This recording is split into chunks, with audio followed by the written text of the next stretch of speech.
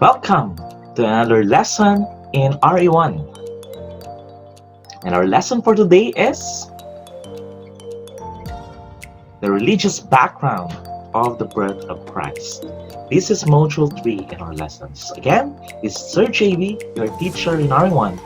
We will discuss the religious background of the birth of Christ.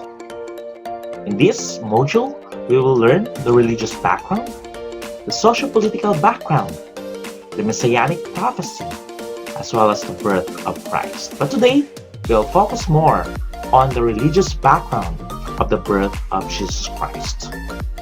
Let's proceed to God's chosen leaders. The religion of Israel starts with God and his promise to Abraham to become a founder of a great nation. It has developed in the course of about 2,000 years. Some of the features include the following. Firstly, let's proceed to God's chosen leaders. The first one are the Patriarchs. They are known as the Great Fathers. We also have the Judges. They are known as the charismatic leaders. And finally, we have the Kings. They are human rulers. Let's go over each of them. Okay, firstly, the patriarchal kind of leadership structure evolved. It started when God called Abraham to go into a foreign land, and Abraham obeyed. That's why he became a father of faith. He also offered his son as an ultimate sacrifice for God. But because of his faith, the Lord spared his son, and his son, Isaac, became successor. Isaac became faithful to his father, even to the point of death, that he passed on the Lord's teaching to his children. Isaac had two sons, namely Jacob and Esau. Jacob, one of the twins, was called the supplanter because he tricked his brother. But later on, the Lord restored him and he asked for forgiveness. He became the father of a great nation. His name was later changed to Israel. And of course, we have Joseph. He is the second to the last son of Jacob. He was known as the dreamer when he was young. Because of that, his brothers became jealous of him and sold him. And later on, he was even imprisoned. But with all this, Joseph remained faithful to God. And the Lord restored him, and he made him the prime minister of Egypt. So these are the patriarchs. Secondly, judges ruled after the conquest of Canaan. Of course, we all know Moses and Joshua when they were able to capture the land of promise. And after the death of Joshua, the judges replaced the leadership. We have major judges, namely Othniel. He is known as the first judge. We have also Deborah. He is the only lady judge who defeated General Sisera. And of course, don't forget about Gideon. He is the captain of the 300 men who defeated 135,000 Midianites. And we have the strongest man, Samson, who fell in love with a Philistine woman. But later on, he restored his faith in God, and the Lord used him. So after the many judges, the Lord also used kings. Before that, they have a theocracy kind of leadership where God is their ruler. But because of the request of the people, God granted that request and gave them kings. The first king of Israel is known as Saul. He was chosen, but later on, he disobeyed God. And because of that, the kingdom was taken away from him. His greatest fault is that of jealousy against David. And in his time, it is a time of warfare. The second king is that of David. He became famous when he defeated Goliath. That's why he is considered the bravest king. And because of his victories, later on, he became the king.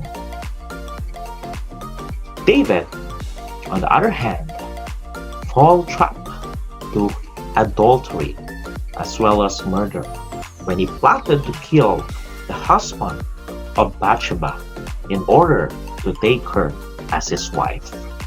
But God rebuked David and he asked for forgiveness, and the Lord restored him. That's why he was later called the man after God's own heart. When David returned to the Lord restored him and gave him another son named Solomon. Solomon became the wisest king, was able to solve a lot of troubles. He made peace throughout the land. In his time, there was no war, but only peace and trading. But the only problem of Solomon is he fell trap because of idolatry. He served the gods of his foreign wives. One fun fact about Solomon is that he has 1,000 women, 700 of which are his wives, and 300 were his concubines. Solomon also forced the people to do hard work to build the structures, and because of that, the kingdom was divided. The kingdom was divided into two, and we have the divided kings. We have Jeroboam and Rehoboam. Jeroboam became the king of the northern kingdom, also known as Israel, and Rehoboam became the king of Judah, also known as the southern kingdom. Let's proceed to the empires.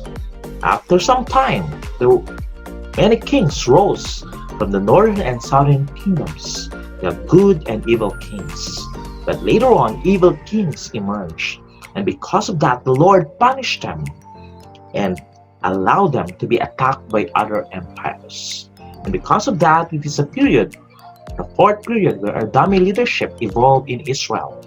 The first empire attacked them is that of Babylon, King Nebuchadnezzar. When King Nebuchadnezzar knew that King Zedekiah, the last king of Judah, made a secret alliance to Egypt, he became furious and attacked the southern kingdom of Judah. Later on, another kingdom emerged, that of the Persian Empire. He defeated Nebuchadnezzar, and later on, they were the ones who ruled in Israel. One of its notable kings is King Ahasuerus, where he chose Esther to be his wife. And the Lord used King Ahasuerus, who chose Esther, to which the Lord used her to save her people from total annihilation. Later on, another empire emerged known as the Greek Empire, led by Alexander the Great. And finally, we have the Roman Empire, the leadership of Augustus Caesar.